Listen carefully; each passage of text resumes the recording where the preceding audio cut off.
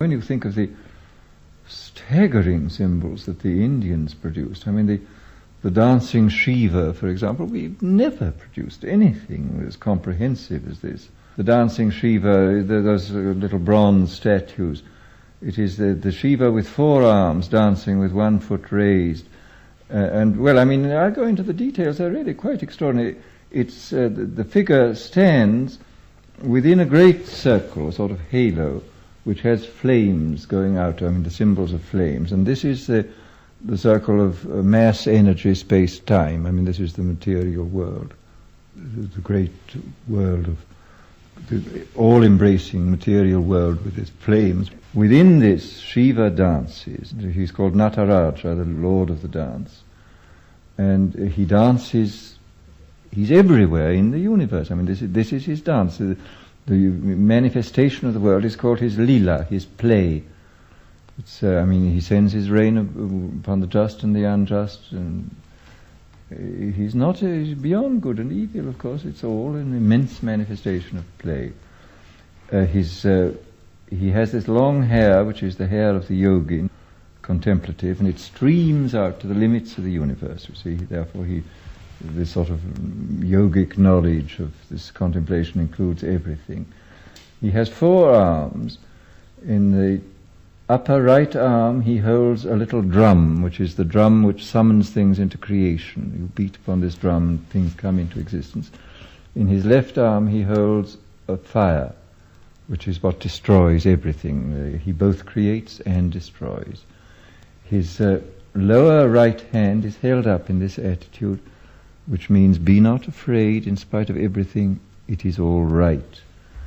The other hand points down at his feet, and 1 foot is planted squarely on the back of a repulsive dwarf, this infinitely powerful dwarf called Muyalaka, I think his name is, who is the ego. And he has to break the back of the ego, you see. What he's really pointing at is the other foot, which is raised. And this means this foot is raised against gravitation and is the symbol of spiritual contemplation.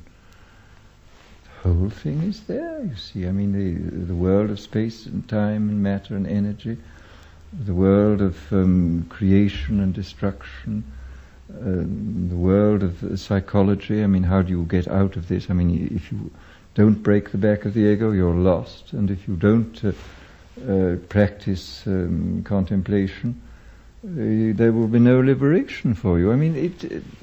We don't have anything remotely approaching such a comprehensive symbol, which is both cosmic and psychological and spiritual. It is really most unfortunate that we have such miserable symbols.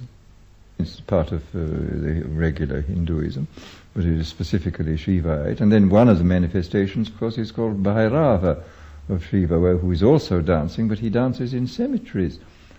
And to remind us that the dance of life isn't always very jolly. That he dances just as much in misery and death as in life and elation. This has to be accepted. And of course, again, it's only by the lifted foot that we can accept it.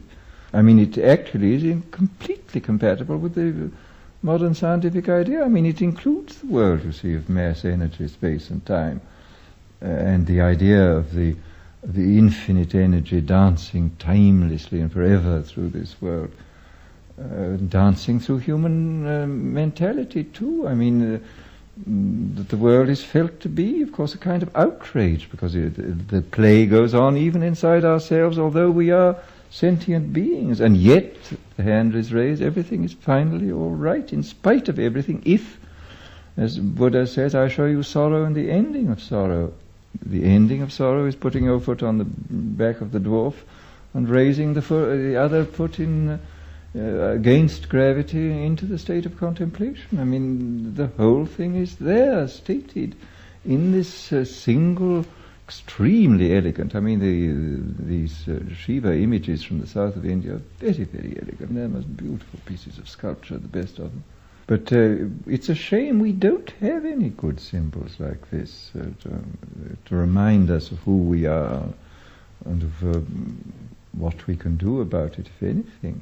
No, we're very, very poor in it. I mean, we have some of the Christian symbols, which are not really satisfactory. I mean, the symbol of the cross is fairly good, but it doesn't take into account the sort of cosmic side of life. I mean, it doesn't take into account mass, energy, space, and time, which is essential.